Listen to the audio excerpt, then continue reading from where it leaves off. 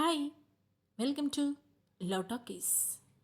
ప్రేమించుకుందాంరా episode number 38. Amar నాకు తెలియని ఎన్నో విషయాలు చెబుతుంటే మైండ్ బ్లాక్ అవుతుండగా, మీకు తెలియకుండా మీ శరీరంలో మరో విషయం కూడా జరుగుతుంది అని చెప్పాడు అమర్. ఆ మాటతో వెంటనే తలెత్తి ఏంటన్నట్లు చూశాను. ప్రజెంట్ మీ బాడీలోకి కాంట్రాసెప్టివ్ పిల్స్ వెళ్తున్నాయి. మీరు వాటిని యూజ్ చేస్తున్న విషయం మీకు తెలుసా అని అడిగాడు అమర్. అసలు తను మాట్లాడుతున్న మాటలు నా చెవికి ఎక్కడ వెళ్తున్నాయి, నా మెదడుకి ఎక్కడ చేరుతున్నాయి? అప్పటికే నా మైండ్ అంతా ముద్దుబారిపోయింది. నేను సైలెంట్గా ఉండడంతో మీరు అడిగిన ప్రూఫ్స్ అన్నీ తీసుకొచ్చి మీ ముందు పెట్టాను.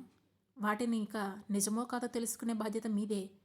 నిజమని నమ్మితే మా ఇన్వెస్టిగేషన్ ముందుకు వెళ్ళడానికి హెల్ప్ చేయాలనుకుంటే నా నెంబర్కి కాల్ చేయండి అని చెప్పాడు అమర్. అతని మాటలకు నాకు ఎలా రియాక్ట్ అవ్వాలో తెలియడం లేదు. అప్పుడు అతను, మీరు అడగకపోయినా సరే ఒక ఫ్రెండ్గా మీకు ఒక సజెషన్ ఇవ్వాలనుకుంటున్నాను. ఒక్కసారి మీ కంటికి ఉన్న ప్రేమ అనే మబ్బు తెరలను విడిచి చూడండి శ్రీనిధి. ఎంతటి క్రిమినల్ అయినా ఏదో ఒక క్లూ వదిలే ఉంటాడు. తనకి దగ్గరగా వెళ్ళే ఛాన్స్ మాకు లేదు, కానీ మీకుంది. అందుకే అతను చేసే తప్పులు మీకు తెలుస్తాయి. సో ప్లీజ్ మీరు హెల్ప్ చేస్తారని అనుకుంటున్నాను అని చెప్పాడు అమర్. తల అడ్డంగా ఊపానో నిలువుగా ఊపానో నాకే తెలియదు, కానీ ఎలాగో ఊపేశాను. దాంతో అతను మనీ తీసి, ఇదిగోండి, ఇది నా 50% బిల్ షేర్, మీది కూడా పే చేసేయండి అని చెప్పి అమౌంట్ అక్కడ పెట్టి నన్ను అగాధంలోకి నెట్టి వచ్చిన దారిలోనే వెళ్ళిపోయాడు అమర్. నాకు నిజంగానే అబార్షన్ జరిగిందా అని నన్ను నేను ప్రశ్నించుకుంటూ ఉంటే, ఈ ప్రూఫ్స్ అన్నీ నిజమే అని చెబుతున్నాయి కదా, మరి వాటిని నమ్మకుండా ఎలా ఉండను అని అనుకున్నాను. వాటన్నింటినీ చూస్తుంటేనే నాకు పిచ్చి పట్టేసినట్లయిపోతుంది. అసలు ముందు ఇవి నిజమా అబద్ధమా అని తెలుసుకోవాలి అనుకుంటూనే వెంటనే లేచి బిల్ పే చేసి కారు తీసుకొని డ్రైవ్ చేసుకుంటూ బయలుదేరాను. నిజానికి ఒక గమ్యం అంటూ లేదు నాకు. మైకేల్ నేడు పడన ప్లేస్కి వెళ్ళిపోవాలనిపించింది. కానీ అక్కడ టెస్ట్ చేసుకోవాలి. అది తన మీద అనుమానంతో కాదు, నాలో కలిగిన ఇన్సెక్యూరిటీ వల్ల. మా ఇద్దరి రిలేషన్లో బీటలు పారడం అనేది నాకు ఇష్టం లేదు. నేనుగా ఉండేది కేవలం తన దగ్గరే. అలాంటిది ఇప్పుడు తనతో కలిసి ఉన్న మా ప్రైవేట్ మూమెంట్స్ విషయంలో కూడా ఒక అనుమానంతో నేను ఉండలేను. నా కార్ హైదరాబాద్ సిటీ అవుట్స్కట్స్ దాటి వెళుతోంది. మధ్యలో అక్కడ ఒక చిన్న హాస్పిటల్ కనిపించింది. దాన్ని ఒక నర్సింగ్ హోమ్ అనాలేమో. వెంటనే దిగి చుట్టూ ఒకసారి చూశాను. దరిదాపుల్లో కూడా ఎవరు అనుమానాస్పదంగా కనిపించకపోవడంతో డైరెక్ట్గా లోపలికి వెళ్ళి గైనకాలజిస్ట్ని కలిసి, మాకు పెళ్ళయి దగ్గర 6 నెలలు దాటినా ఇంకా ప్రెగ్నెన్సీ రాలేదు, ప్రాబ్లం ఏంటని జనరల్గా చెకప్ చేయించుకోవడానికి వచ్చాను అంటూ చెప్పాను. దాంతో ఆమె బ్లడ్ టెస్ట్తో పాటు నా లోయర్ అబ్డామిన్ స్కాన్ కూడా తీసింది. ఆ రిజల్ట్స్ రాగానే మీ ఫెలోపియన్ ట్యూబ్స్ ఇంకా కాస్త ష్రింక్ పొజిషన్లోనే ఉన్నట్లున్నాయి, ఇలా ఉండకూడదే అంటూ బ్లడ్ రిపోర్ట్స్ తీసి, ఏంటమ్మా మీ ఈస్ట్రోజన్ లెవెల్స్ ఎంత హైలో ఉన్నాయి, పిల్స్ ఏమైనా వాడుతున్నారా అని అడిగింది ఆవిడ. ఆమె మాటలు అప్పటికే షాక్లో ఉన్న నన్ను ఇంకాస్త షాక్కి గురిచేశాయి. అసలు నా చుట్టూ ఏం జరుగుతుందో నాకు అర్థం కాలేదు. ప్రేమ అనే అంధకారంలో చుట్టూ గీత గీసుకొని గుడ్డిదానిలా బతుకుతున్నానని మాత్రం అర్థమయ్యింది. ఇన్ని రోజులు నేనే డెసిషన్ తీసుకున్నా అన్నీ కరెక్ట్ అనుకునే నాకు నా చెంపపై ఎవరో లాగిపెట్టి కొట్టినట్లు అనిపించింది. సరిగ్గా అప్పుడే మైకేల్ నుండి ఫోన్ వచ్చింది. అస్సలు ఫోన్ లిఫ్ట్ చేసే స్థితిలో నా మైండ్ లేదు. ఇక అతనితో ఏం మాట్లాడగలను? అందుకే ఫోన్ సైలెంట్లో పెట్టేసి డాక్టర్ వైపు చూసి, ఫిలోపియన్ ట్యూబ్స్ ష్రింక్ పొజిషన్లో ఉండడం అంటే ఏంటి, అదేమైనా ప్రాబ్లమా అని అడిగాను. ప్రాబ్లం కాదు, బట్ అబార్షన్ అయినప్పుడు మాత్రమే ఇలా ఉంటాయి. కానీ మీరేమో ఇంకా కన్సీవ్ అవ్వలేదని అంటున్నారు కదా, అందుకే ఆలోచిస్తున్నాను. మేబీ ఫస్ట్ మంత్లోనే అబార్ట్ అయ్యే ఛాన్సెస్ కూడా ఉన్నాయి కదా. ఎనీవే, కొన్ని రోజులు జాగ్రత్తగా ఉండండి అంటూ బి కాంప్లెక్స్ ట్యాబ్లెట్స్ రాసింది. దాంతో మొదటిసారి నేను మైకేల్ మీద పిచ్చి ప్రేమ పెంచుకున్నందుకు నా మీద నాకే చాలా కోపం వచ్చింది. మైకేల్ తప్పు చేశాడా చెయ్యలేదా అనేది పక్కన పడితే, నా చుట్టూ ఏం జరుగుతుందనే కూడా తెలుసుకోలేని అంధకారంలో ఉన్నందుకు నా మీద నాకే చిరాకేసింది. దాంతో అక్కడి నుండి లేచి గట్టిగా ఊపిరి పీల్చుకొని బయటికి వెళ్ళి కార్ స్టార్ట్ చేసి ఇంటి వైపు బయలుదేరిపోయాను. నేను ఇంటికి వెళ్ళేసరికే ఇంట్లో నుంచి బయటికి వెళుతూ కనిపించాడు మైకేల్. ఎక్కడికి వెళ్తున్నావు అని ఇన్ని రోజులు మా పరిచయంలో అతన్ని మొదటిసారి అడగాలనిపించింది. కానీ ఎందుకో నోరు తెరవలేకపోయాను. అతను నన్ను చూసి నవ్వి బాయ్ అంటూ నా నడుము చుట్టూ చెయ్యి వేసి దగ్గరగా లాగి చెప్పాడు. "ఉమ్" అని చిన్నగా నవ్వాను. నా తలకి తన తలను ఢీకొట్టి బయటికి వెళ్ళి కార్ స్టార్ట్ చేసుకొని వెళ్ళిపోయాడు మైకేల్. తను వెళ్ళగానే కాసేపాగి వెంటనే నేను కూడా కార్ తీసుకొని అతన్ని ఫాలో అవడం మొదలుపెట్టాను. నిజానికి అతని మీద అనుమానంతో ఫాలో అవుతున్నానా ఏమో తెలీదు. కానీ దూరం నుండి అతని కార్ని ఫాలో అవుతూ అతనికి ఏమాత్రం అనుమానం రాకుండా వెళ్తున్నాను. తన కార్ ఫామ్ హౌస్ వైపు వెళుతోంది. ఒకప్పుడు ఆ ఇల్లు చాలా కాన్ఫిడెన్షియల్ అని అతను చెప్పిన మాటలు నాకు సరికొత్తగా అనిపించాయి. నేను కూడా ఫామ్ హౌస్ రూట్లోనే వెళ్తున్నాను. కానీ అది పూర్తిగా అక్కడి వరకు వెళ్ళలేదు. మధ్యలోనే ఉన్న సారా ఫైనాన్షియల్ అడ్వైజింగ్ బిల్డింగ్ వైపు వెళ్ళింది. నేను మాత్రం నా కారుని దూరంగా అక్కడే పార్క్ చేసి చూస్తున్నాను. మైకేల్ కూడా తన కారును దూరంగానే పార్క్ చేశాడు. ఒకసారి చుట్టూ పరికించి చూశాడు. నాకు ఒక క్షణం భయమేసింది. వెంటనే తమాయించుకొని కారులోనే కిందకి బెండయ్యి తన వైపే చూస్తున్నాను. మైకేల్ వెళ్ళి బిల్డింగ్ డోర్ ముందు నుంచోగానే అదేదో సెన్సార్ సిస్టమ్ లాగా వెంటనే ఓపెన్ అయింది. మైకేల్ లోపలికి వెళ్ళిన చాలాసేపటి వరకు అక్కడ అబ్నార్మల్గా ఏం జరుగుతున్నట్లు నాకు కనిపించలేదు. దాంతో నేనే అనవసరంగా అనుమానపడుతున్నానేమో, నాకొచ్చిందంతా ఫాల్స్ ఇన్ఫర్మేషన్ ఏమో అనుకొని వెనక్కి వెళ్ళబోయాను. కానీ సరిగ్గా అప్పుడే 2 బ్లాక్ కలర్ వ్యాన్లు వచ్చి ఆ బిల్డింగ్ ముందు ఆగాయి. ఆ వ్యాన్స్ ఏంటి అనుకుంటూ నేను ఇంట్రెస్ట్గా చూస్తూ ఉండగా చాలా స్పీడ్గా వాటిలోకి మనుషుల్ని ఎక్కిస్తున్నారు కొంతమంది మనుషులు. అది చూసి నేను ఒక క్షణం నా కళ్ళని నమ్మలేకపోయాను. ఆ మనుషుల్ని ఎక్కించే వాళ్ళల్లో ఒకడు అశ్విన్. అది చూసి నాకు ఈసారి ఇంకాస్త పెద్ద షాక్ తగిలింది. కానీ అలానే ఉండకుండా వివేకం మేల్కొని వెంటనే ఆ సీన్ మొత్తం వీడియో రికార్డ్ చేయడం స్టార్ట్ చేశాను. బాగా జూమ్ చేసి చూస్తుంటే వెనకే ఉన్న మైకేల్ కూడా అందులో కనిపిస్తున్నాడు. అన్నీ అయిపోయినట్టే కదా అని అతను అడుగుతున్నాడు. తన లిప్ మూమెంట్ని బట్టి నాకు అదే అర్థమయ్యింది. అసలేంటిదంతా అనుకుంటూనే ఒక్కడుగు ముందుకు వేశాను. కానీ నా కాళ్ళకి ఏదో అడ్డంగా తగిలింది. అక్కడ లైట్ లేకపోవడం వల్ల పాములాగా ఫీల్ అయ్యాను. దాంతో ఒక్కసారిగా తుళ్ళిపడి గట్టిగా అరిచి పక్కకు దూకేశాను. నా అరుపు విని వెంటనే గన్ లోడ్ చేసుకుంటూ అశ్విన్ అటువైపుగా రావడం గమనించి గాబరాగా పక్కకు పరిగెత్తి పార్క్ చేసి ఉన్న కారులో కూర్చున్నాను. నథింగ్ సస్పిషియస్ సార్ అంటూ అశ్విన్ అరిచిన అరుపు నాకు కాసేపటికి వినిపించింది. నాలో ఒక దీర్ఘమైన నిట్టూర్పు. అటువైపు నుండి గబగబానే ఇంటికి బయలుదేరి స్నానం చేసి సెంటెడ్ క్యాండిల్స్ వెలిగించి కళ్ళు మూసుకొని ఏదో ఆలోచిస్తూ కూర్చున్నాను. అసలు అతని లాకర్ని ఒకసారి చెక్ చేస్తే ఏమైనా తెలియచ్చేమో అనుకుంటూ మళ్ళీ డోర్ లాక్ దగ్గరగా వేసి వెంటనే లాకర్కి తను నాకు చెప్పింది చాలా గుర్తు తెచ్చుకోవడానికి ప్రయత్నించాను. 2 అటెంప్ట్స్ తప్పు కొట్టాక లాస్ట్ అటెంప్ట్ కాస్త రిస్క్ తీసుకొని కొట్టేసరికి కరెక్ట్గా కీ ఓపెన్ అయింది. వెంటనే దాన్ని ఓపెన్ చేసి అందులో ఉన్న డాక్యుమెంట్స్ అన్నింటినీ బయటికి తీసి చెక్ చేస్తున్నాను. అవన్నీ ఏవో ప్రాపర్టీస్కి సంబంధించినవి. లీగల్ డాక్యుమెంట్స్లా ఉన్నాయి, కానీ నాకు అంతకు మించి వేరే ఏం కనిపించలేదు. దాంతో మళ్ళీ వాటన్నింటిని జాగ్రత్తగా పెట్టేస్తూ ఆ లాకర్ క్లోజ్ చేయబోతుంటే కానీ ఇంతలో ఆ లాకర్కి ఒక చిన్న సైడ్ ర్యాక్ ఉన్నట్లు కనిపించింది. వెంటనే జాగ్రత్తగా అందులో చేయి పెట్టి అందులో ఉన్న వాటిని తీశాను. అక్కడ నాకు ఒక ఫైల్ కనిపించింది. ఆ ఫైల్ మీద శ్రీనిధి అని పేరు కనిపించడంతో వెంటనే ఉక్కిరిబిక్కిరయ్యాను. జాగ్రత్తగా అన్నీ క్లోజ్ చేసి ఆ ఫైల్ పట్టుకొని బెడ్ మీద కూర్చొని ఓపెన్ చేశాను.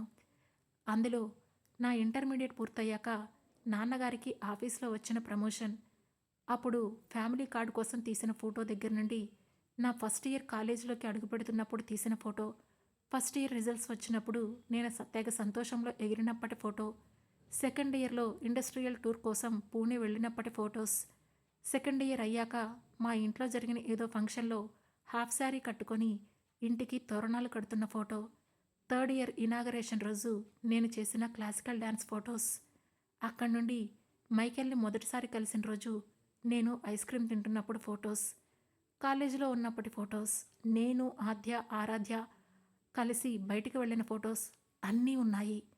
అసలు అన్ని ఫొటోస్ ఎలా వచ్చాయో నాకు అర్థం కాలేదు. నిజానికి అవన్నీ చూస్తే నా మైకేల్కి నేనంటే ఎంత ప్రేమ అని అనుకోవాలి. కానీ అప్పటికే తన మీద నాకు డౌట్ ఉండడంతో నాకు అందులో ప్రేమేమీ కనిపించడం లేదు. దాంతో ఆ ఫైల్ పక్కన పెట్టి కింద ఉన్న డాక్యుమెంట్స్ని తీశాను. దానిపై Mrs Srinidhi Michael Peter, Sara group of hospitals అని ఒక ఫైల్ మీద రాసి ఉండటం కనిపించింది. అక్కడున్న డేట్స్ని బట్టి అది రీసెంట్దే అని నాకు అర్థమైంది. దాంతో వెంటనే ఓపెన్ చేశాను. అందులో బేబీకి తీసిన స్కాన్ కనిపించింది. ఒక చిన్న చుక్కలా కనిపిస్తోంది ఆ బేబీ. కేస్ డీటెయిలింగ్ అని ఏదో రాసింది.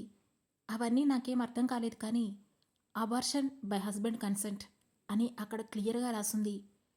28 డేస్ ఫీటస్, 28 రోజులు మా బిడ్డని మైకేల్ అబార్షన్ ద్వారా చంపేశాడు. తన చేతులతో నా బిడ్డని చంపేశాడు. వెనక పేపర్స్ మీద మైకేల్ పీటర్ సైన్ కూడా కనిపించింది. అది చూడగానే నా కళ్ళలో నీళ్లు తిరిగాయి. ఆల్మోస్ట్ పిచ్చిదాన్ని అయిపోయాను. ఇప్పుడు ఏం పాపం చేసింది ఆ బిడ్డ? నా కడుపులో పుట్టడమే అది చేసిన పాపమేమో. కన్నబిడ్డ మీద ప్రేమ లేని తల్లిదండ్రులు అసలు ఉంటారా? మొదటిసారిగా మైకేల్ మీద విరక్తి కలిగింది. కాదు కాదు, ప్రేమ అంటూ నా వాళ్ళని కాదనుకొని వచ్చి మోసపోయినందుకు నా మీద నాకు అసహ్యం వేసింది. వెంటనే వాటన్నింటినీ జాగ్రత్తగా తాచేసి వెళ్ళి ఏం జరగనట్లే బెడ్ మీద వాలి కళ్ళు మూసుకున్నాను. లోపలంతా ఏదో తెలియని బాధ. కనీసం ఊపిరి కూడా పోసుకొని బిడ్డని ఎలా చంపేస్తాడు? ఎమోషన్సే తెలియని రాక్షసుడు. మా నాన్నగారు మైకేల్ గురించి చెప్పిన మాట అది. అప్పుడు ఆ క్షణం నాకు గుర్తొచ్చింది. ఆ మాట నా చెవిలో మోగుతుంటే నాకు తెలియకుండానే ఒళ్ళు గగురు పొడిచింది. ఈలోగా మైకేల్ కార్ పోర్టికోలో ఆగిన శబ్దం వినిపించింది. ఇప్పుడు అతనొస్తే తనను చూసి ఏం మాట్లాడతానో అని భయమేసింది. వెంటనే గబగబా లేచి కబోర్డ్లో వెతికి స్లీపింగ్ ట్యాబ్లెట్స్ తీసుకొని 2 వేసుకొని గట్టిగా కళ్ళు మూసుకున్నాను. అయినా నిద్ర పట్టడం లేదు. కడుపు కోతలో బాధ తెలుస్తోంది. ఒళ్ళంతా ఒకటే వేదన. తనకి పిల్లలు అక్కర్లేకపోతే నాకు చెప్పొచ్చు కదా, ఎందుకు చంపేయడం? అది కూడా నాకు తెలియకుండా. ఆ విషయాన్ని నేను తట్టుకోలేకపోతున్నాను. ఎంత కళ్ళు మూసుకున్నా ఏడుపు తన్నుకొచ్చి కంటికొసల నుండి నీళ్లు కారిపోతున్నాయి. వాటిని తుడుచుకుంటూ పక్కకు తిరిగి పడుకున్నాను. ఈలోగా మైకేల్ లోపలికి వచ్చినట్లు తెలుస్తుంది. అతను ఎప్పుడూ చూసినట్లే నా వైపు తీక్షణంగా చూసుంటాడు. కాసేపటికి వెళ్ళి స్నానం చేసి ఫ్రెష్ అయ్యి బయటికి వచ్చి నా దగ్గరికి రావడం నాకు తెలుస్తుంది. అతని డియో స్మెల్ చాలా గట్టిగా తాకుతుంది. అప్రయత్నంగానే లోపలే చిన్న భయం వేస్తుంది. నా నుదిటిన చెమటలు పట్టేస్తున్నాయి. మైకేల్ నా బెడ్ పక్కనే ఉన్న టిష్యూ స్టాండ్లో నుంచి ఒక టిష్యూ తీసి నా నుదిటిన పట్టని చెమటను తుడిచి కంటి కొసల్లో ఉన్న నీళ్లను చేత్తో తీసి ఒక్క క్షణం పాటు తీక్షణత నిండిన చూపులతో నా వైపు చూసి బయటికి వెళ్ళిపోయాడు. తను వెళ్ళిపోయాక ఏడవడానికి నాకు స్వతంత్రం దొరికింది. నా కడుపు మీద చెయ్యేసి ఏడ్చేస్తూ కూర్చున్నాను. ఆ తర్వాత నుండి పైకి నార్మల్గానే బిహేవ్ చేస్తున్నాను, కానీ నేను నా లోపల ఒక అగ్నిపర్వతాన్నే మోస్తున్నాను.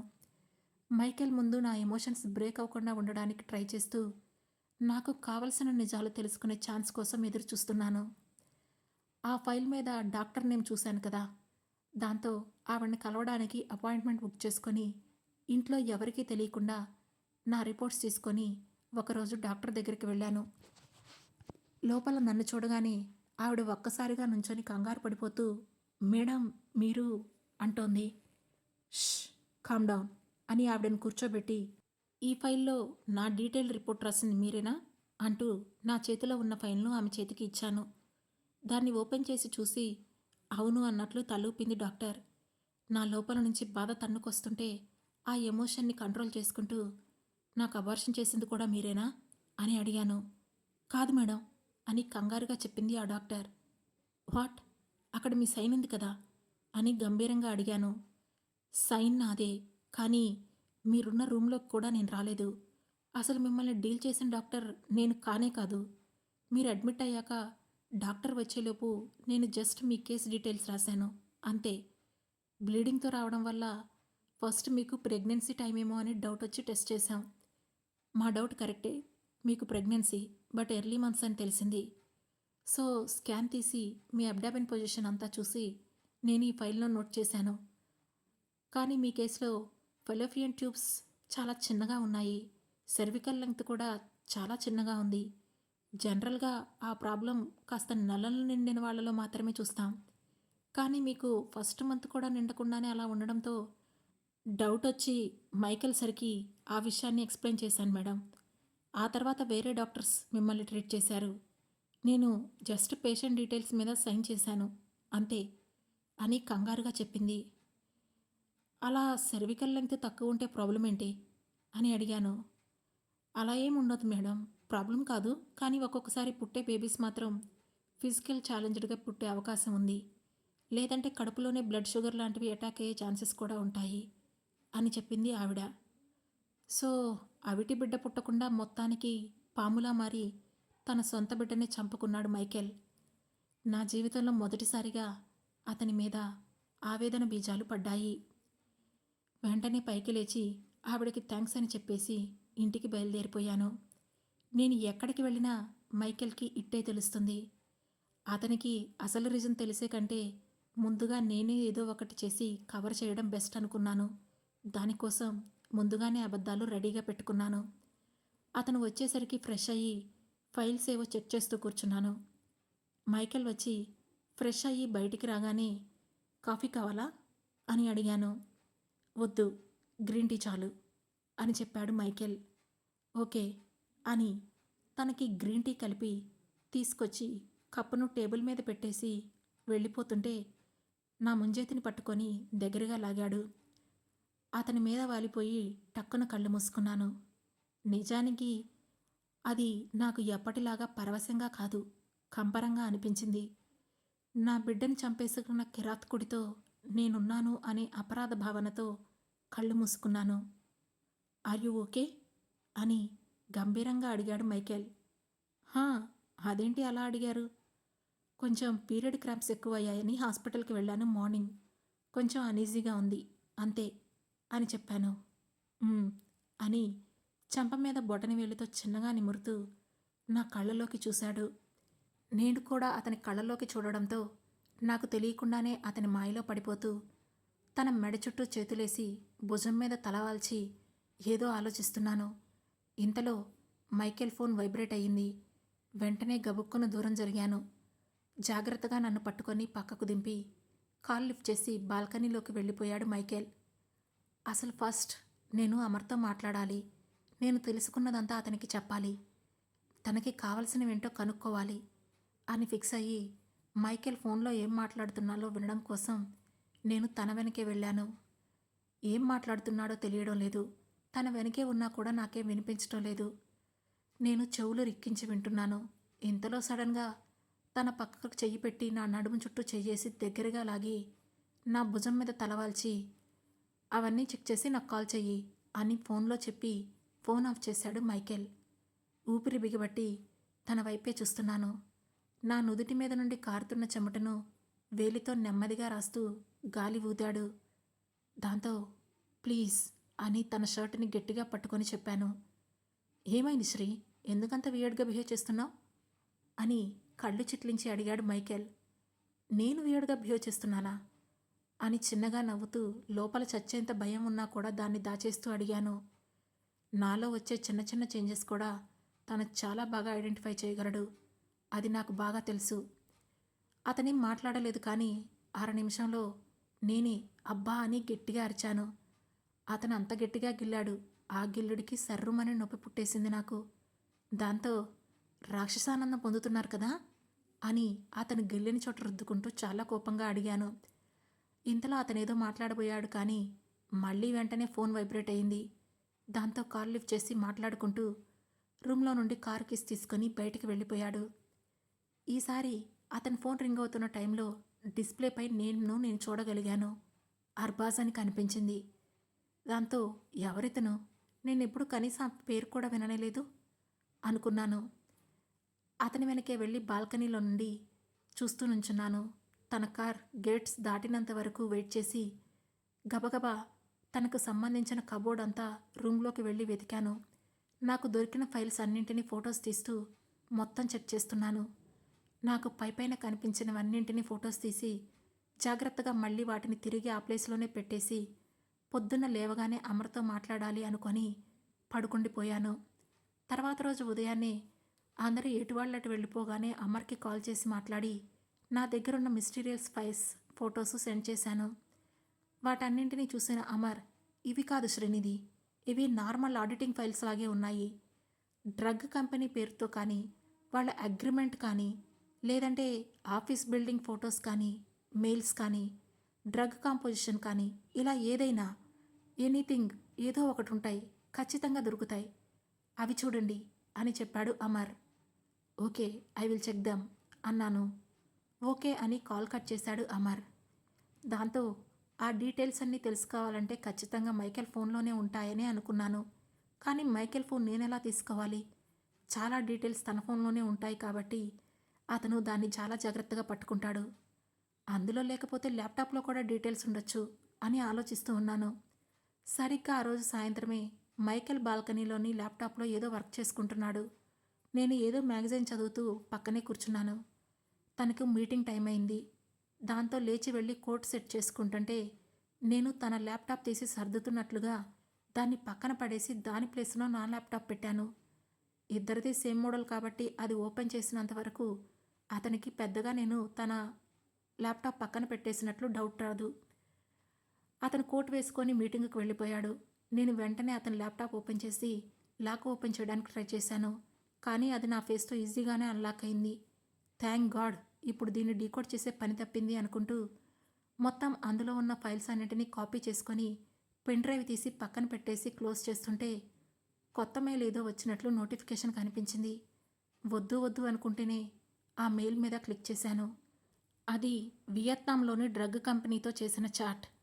వాళ్ళేదో కంపెనీకి కావలసిన ప్రిక్విసైట్స్ అడుగుతుంటే వాటికి ఏవో లింక్స్ పంపించి దాని కిందనే హ్యూమన్ ట్రయల్స్ అంటూ అమర్ నాకు చూపించిన లిస్ట్లో ఉన్న వాళ్ళ నేమ్స్ అందరి లిస్ట్స్ అతను పంపించాడు. అది చూసి ఒక క్షణం షాక్ అయ్యాను. ఇంకా పైకి వెళుతుంటే అమర్ చెప్పిన విషయాలన్నింటికీ ఆధారాలు కనిపిస్తున్నాయి. కానీ తను మైకేల్ కదా, ఏది డైరెక్ట్గా దొరికినట్లు కనిపించడం లేదు.